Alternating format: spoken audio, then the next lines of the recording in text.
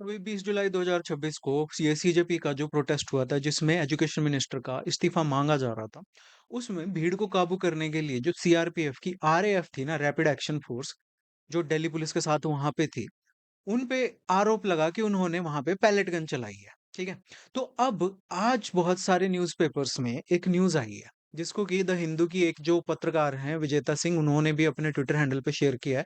The Hindu में भी ये न्यूज़ आई है और उसके अलावा और भी बहुत बहुत से न्यूज़पेपर्स में है कि दिल्ली पुलिस ने उन पैलेट गन्स का जो यूज है वो ऑथराइज किया था। तो चलो पूरा मामला समझते हैं कि क्या था। अब क्या है कि सीआरपीएफ की जो आरएएफ है ना, इनकी जनरल डायरी एंट्री देख के पता चला कि दिल्ली पुलिस के डीसीपी रैंक के ऑफिसर ने आदेश दिया था कि ये पैलेट गन्स चला दो पब्लिक के ऊपर।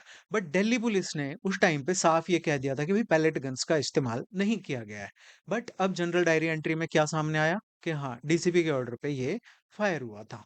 तो सबसे पहले ना तो तुम ये समझो कि भाई जनरल डायरी एंट्री क्या होता है या जनरल डायरी क्या होता है। तो कोई भी पुलिस या पैरामिलिट्री होती है, ये उसका एक ऑफिशियल रजिस्टर होता है जिसमें जब वो ड्यूटी पे जाते हैं ना और फिर वहां से वापस आके ये उसमें हर एक जो इंपॉर्टेंट घटना हुई होती है उसको नोट डाउन करते हैं कि भाई फोर्स कहाँ पे तैनात थी, कब तैनात हुई, क्या एक्शन लिया गया, अगर फायर किए गए तो कितने राउंड्स फायर किए गए, वो ऑर्डर किस मतलब वो एक्शन किसके ऑर्डर पे हुआ, और इस एक्शन से ही मतलब फायर करने से कोई इंजरी हुई या नहीं हुई, लाठी चलाई, क्या किया, सब कुछ इसमें होता है। तो ये ना एक ऑफिशियल डॉक्यूमेंट माना जाता है। अगर आप इसमें झूठ लिखते हो तो फॉल्सिफाइंग ऑफिशियल डॉक्यूमेंट्स का आप पे केस भी लग सकता है। तो इस केस में जो आरएएफ थी ना, जो सीआरपीएफ की रैपिड एक्शन फोर्स थी, उस उन्होंने इस डायरी में लिखा कि भाई हमने डीसीपी के ऑर्डर पे ये पैलेट राउंड्स जो हैं ये फायर किए। अब यही डॉक्यूमेंट जो है ना वो दिल्ली पुलिस ने जो डिनायल किया था ना उसको गलत साबित कर रहा है। तो अब पैलेट गन क्या होता है एक बार ये देख लो। तो पैलेट गन जो है ना एक पंप एक्शन शॉट गन की तरह होती है। ठीक है। तो इसमें ना जो कार्ट्रिज डलती है उसके अंदर ये छोटे छोटे छर्रे होते हैं। ये लेड के भी हो सकते हैं, प्लास्टिक के भी हो सकते हैं, और इनको जनरली नॉन लीथल या लेस लीथल माना जाता है। बट एक्चुअल में ये बहुत खतरनाक है और ये बहुत ही ज़्यादा ऑब्जेक्शनेबल है, क्योंकि भाई इनसे आँख फूट सकती है, स्थायी विकलांगता हो सकती है, यहाँ किसी के लग जाए और टाइम पे उसको इमरजेंसी केयर ना मिले तो खून बह के मर सकता है। और बिना हथियार वाले स्टूडेंट्स पे, प्रोटेस्टर्स पे अगर आप इसको इस्तेमाल कर रहे हो ना तो ये बहुत ही सीरियस बात है। इससे पहले इनका यूज़ जो है वो कश्मीर में होता था और इसलिए इनको बहुत ही ज़्यादा कंट्रोवर्शियल हथियार माना जाता है। और दिल्ली में बिना हथियार वाले प्रोटेस्टर्स पे इसका use for the first time ये हुआ है, जिसको कि बहुत ही गंभीर बात मानी जा रही है। तो पैलेट गन से जिन लोगों को चोट लगी है उनमें से एक तो है साहिल लोचाब, शायद ये गुड़गांव के हैं और इनका एम्स ट्रॉमा सेंटर में ऑपरेशन हो चुका है और डॉक्टरों ने कहा है कि इनकी एक आंख की जो विजन है वो शायद वापस नहीं आएगी, 1% चांस है। दूसरा है शेख इरशाद मंसूरी, देन एक प्रशांत कुमार या प्रभात कुमार है, नूतन टोप्पो ये लड़की है गुड़गांव की, इनको भी चोट लगी है। तो दिल्ली पुलिस अभी भी मना कर रही है कि भाई हमने तो पैलेट गन नहीं चलाई, बट अगर आप हॉस्पिटल रिकॉर्ड्स देखोगे, आरएएफ की जनरल डायरी देखोगे तो हर जगह ये दिख रहा है कि पैलेट गन्स जो हैं वहां पे चलाई गई थी। तो अब इसके अगेंस्ट ना 27 जुलाई को सुप्रीम कोर्ट में एक याचिका दायर कर दी गई है और याचिका किस किसने दायर की है? यशोवर्धन आजाद नाम के एक पूर्व आईपीएस अधिकारी हैं जो जो इंटेलिजेंस ब्यूरो के स्पेशल डायरेक्टर रिटायर्ड हो चुके हैं। दूसरा प्रशांत कुमार जो आर्टिस्ट है, और शेख इरशाद मसूरी। ठीक है, ये एआई जनरेटेड इमेज है, इन पे ध्यान मत देना।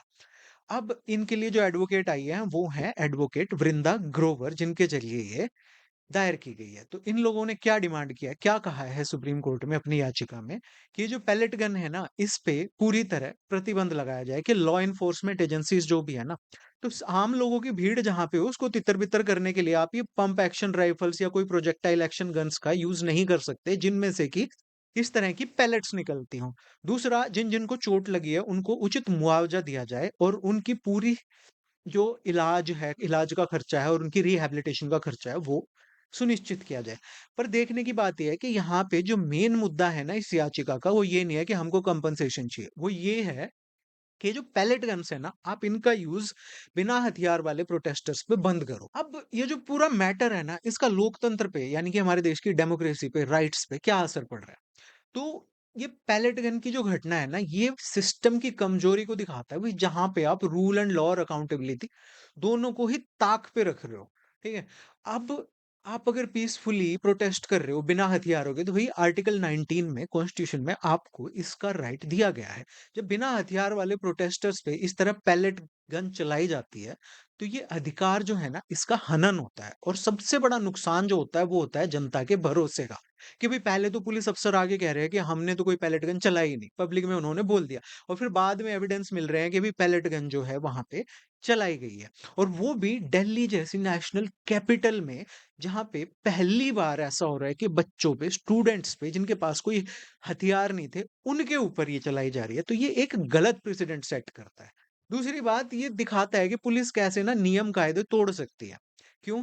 क्योंकि देखो, जहां पे भी क्राउड होती है ना, तो क्राउड को कंट्रोल करने के लिए ना कुछ नियम कानून होते हैं, उनको फोर्स कॉन्टिन्यूम कहा जाता है।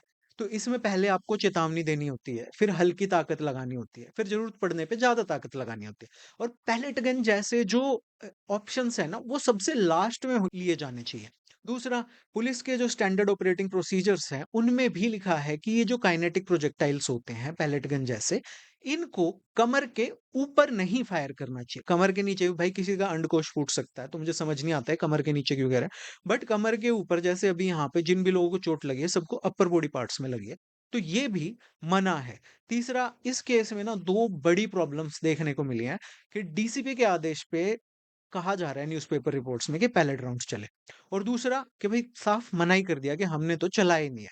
तो जब पुलिस खुद अपने एक्शंस को छुपाने की कोशिश कर रही है, तो वो गलती नहीं है, वो कहीं ना कहीं आप अकाउंटेबिलिटी से भागने की कोशिश कर रहे हो। इस तरह गुंडे बदमाश करते हैं कि भाई हमने चोरी नहीं की। एक कॉन्स्टिट्यूशनल फोर्स, एक लीगल फोर्स, एक वर्दी पहनने वाली फोर्स अगर इस तरह से बिहेव करेगी कि करके आप मना कर रहे हो, आपने तो अपनी ड्यूटी की है ना, आप अपनी जगह सही हो। अगर आपको लगता है कि आपने अपनी ड्यूटी की है, तो आप उसको छुपा क्यों रहे हो? अगर आपको लग रहा है कि आपने गलत किया है, तो आपने वो किया क्यों? तीसरी चीज़ जो है, अब यहाँ पे हमको फिर देखने को मिलता है कि भाई पुलिस रिफ़ॉर्म्स की इस देश में कितनी ज़रूरत है। कि प्रकाश सिंह जजमेंट थी जो, ठीक है? उसमें सुप्रीम कोर्ट ने कुछ गाइडलाइंस दी थी कि किस तरह से हमें पुलिस रिफॉर्म्स लेके आना है। बट आज भी 2006 से 2026 हो गया, हमें वो पुलिस रिफॉर्म्स जो है ना, कहीं देखने को नहीं मिलती कि किस तरह लेस लीथल हथियारों का इस्तेमाल करो, कि भाई कोई नेशनल प्रोटोकॉल ही नहीं है उसके लिए। जब कोई स्वतंत्र जाँच का कोई मजबूत सिस्टम नहीं है कि अब अगर इनकी कंप्लेंट होगी तो उसकी जाँच कौन करेगा? वो भी पुलिस ही करेगी। फिर लोग कहेंगे कि हमको तो ट्रस्ट ही नहीं है, ये तो पुलिस ने ही पुलिस की जाँच की है। Body camera, clear recording, transparent reporting जैसी चीजें अभी भी मतलब कहाँ देखने को मिलती हैं पुलिस में। और जब तक ये ऐसे सुधार नहीं होते ना, तो भाई 2026 से 2047 भी हो जाएगा, बट ये चीजें चलती रहेंगी, क्योंकि ये चीजें 1947 से चलती ही आ रही है। अब चौथा क्वेश्चन जो लोग पूछ रहे हैं कि क्या पुलिस सिर्फ नेताओं के हाथ की कठपुतली है? तो भाई पुलिस जो है वो प्रशासनिक रूप से मान लिया सरकार के अधीन होती है। बट उनकी एक जिम्मेदारी जनता की तरफ भी होती है, उनकी अकाउंटेबिलिटी होती है, उन्हें लॉज फॉलो करने होते हैं, एक एथिक्स होती है कि किस तरह से इस देश के नागरिकों से डील किया जाए। ये टेररिस्ट नहीं है, ये अगर गवर्नमेंट को विरोध भी कर रहे हैं तो भी हैं तो ये सिटीजन ही ना इस देश के, ये कहीं बाहर से थोड़े ना आए हैं। ये जो भरोसा है ना पब्लिक का सिस्टम की तरफ, ये कहीं ना कहीं इरोड होता है ऐसी घटनाओं से, ये कहीं ना कहीं खत्म होता है। अब लास्ट में कुछ ऐसे लोग हैं जो कि है ना पुलिस के इस एक्शन को सपोर्ट कर रहे हैं। तो वो कह रहे हैं कि भाई सही किया, डंडे मारे, मारो सालों को, ये तो गद्दार हैं, ऐसे हैं, वैसे हैं। तो भाई आप लोगों के लिए मैं कहना चाहूँगा कि लोकतंत्र में ना सरकार हमेशा सेम नहीं रहती। कल को दूसरी पार्टी की भी सरकार आएगी जिसको आप नहीं पसंद करते। तब आप किसी बात के लिए प्रोटेस्ट के लिए निकलोगे। तब यही पुलिस है। ब्रिटिश के लिए भी यही काम करती थी। इमरजेंसी में भी यही पुलिस थी, और उसके बाद अन्ना के टाइम में भी यही पुलिस थी, और अब भी यही पुलिस है, और ये वही काम कर रही है। तो कल को सरकार बदलेगी तो क्या गारंटी है कि आपके ऊपर पैलेट गन्स या टियर गैस नहीं चलाई जाएगी? या फिर अब पूरे देश में हो रहा है कि भाई रिजर्वेशन हटाओ, रिजर्वेशन हटाओ। अब तुम लोग कल को संसद मार्च करते हो, जंतर मंतर पे प्रोटेस्ट करते हो, तो क्या गारंटी है कि यही जो एक्सेस हैं, यही जो ब्रुटैलिटीज़ हैं, तुम्हारे ऊपर नहीं की जाएँगी? तो याद रखो, अटल बिहारी वाजपेयी जी ने क्या कहा था कि सरकारें आएँगी, जाएँगी, पार्टियाँ बनेंगी, बिगड़ेंगी, पर ये देश रहना चाहिए, इस देश का संविधान रहना चाहिए।